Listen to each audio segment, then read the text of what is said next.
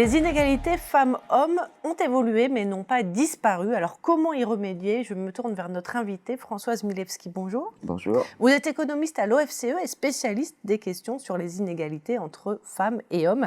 Alors est-ce qu'on peut imaginer que les politiques publiques seraient la solution pour remédier à ce problème? Oui, non seulement on peut l'imaginer, mais il faut que les politiques publiques prennent en charge cette question des inégalités qui est un problème très important dans notre société. Et donc, elles peuvent le faire par différents biais, à la fois en s'attaquant aux fondements des inégalités, aux stéréotypes, aux représentations, aux rôles attribués différemment aux filles et aux garçons.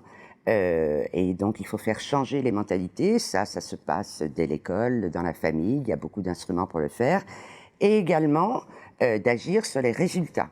Et agir sur les résultats, ça veut dire agir au niveau des entreprises, par exemple, par des lois sur l'égalité salariale, par des mesures favorisant l'accès des femmes aux postes d'encadrement, par des mesures limitant le temps partiel contraint des femmes les moins qualifiées et qui sont en situation de précarité. Il y a beaucoup de biais par lesquels les politiques publiques peuvent agir sur les inégalités femmes-hommes. Alors vous évoquez des lois. Est-ce que vraiment les lois peuvent suffire?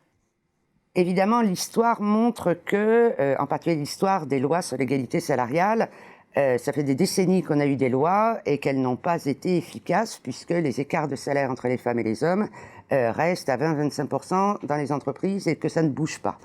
Mais jusqu'à présent, les lois étaient incitatives. Il n'y avait pas de contraintes. Donc une loi qui est purement incitative, bien évidemment, ça n'est pas mis en place. Si on dit simplement il faut que, et qu'il n'y a pas de sanction, qu'il n'y a pas qu'on ne contrôle pas sa mise en œuvre, ça n'a pas d'efficacité. On est maintenant dans un contexte où il y a des sanctions, et donc il faut s'orienter vers des lois qui donnent des objectifs, qui imposent aux entreprises de les réaliser, et donc avec un objectif de résultat. Et c'est aussi comme ça que l'on pourra progresser. Alors il y a des objectifs de résultats d'un côté, mais de l'autre il y a des mentalités. Alors vous évoquiez justement les mentalités tout à l'heure. Est-ce que vraiment les politiques publiques peuvent jouer, faire évoluer les mentalités? Elles peuvent en partie, et je crois même en grande partie. Il y a parfois on considère que les politiques publiques n'ont pas à se mêler de ce qui se passe dans la sphère privée. C'est pas vrai. C'est pas vrai. On le voit d'ailleurs très bien aujourd'hui sur les questions des violences. Heureusement que les politiques publiques se préoccupent des violences exercées par des hommes sur les femmes. Et c'est pourtant ce qui relève de la sphère privée, entre guillemets.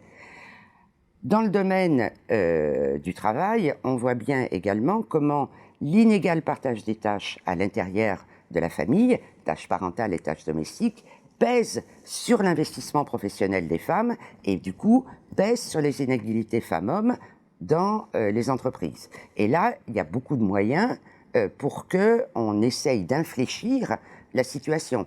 C'est par exemple différencier les congés parentaux, faire des congés moins longs pour les femmes, ce qui leur permet de se réinsérer plus facilement, c'est de faire des congés paternité, c'est de favoriser aussi le temps de la parentalité dans les entreprises. Et donc, il y a tout un certain nombre de moyens qui, là, évidemment, mettront beaucoup plus de temps parce que faire changer les mentalités, c'est jamais instantané, mais il faut qu'au moins toutes les politiques publiques œuvrent dans le même sens pour qu'enfin, un jour, on puisse dire qu'on est passé d'une égalité formelle, ce qui est le cas à l'heure actuelle, à une égalité réelle au moment où les mentalités auront vraiment évolué. Merci beaucoup Françoise Merci. Milewski.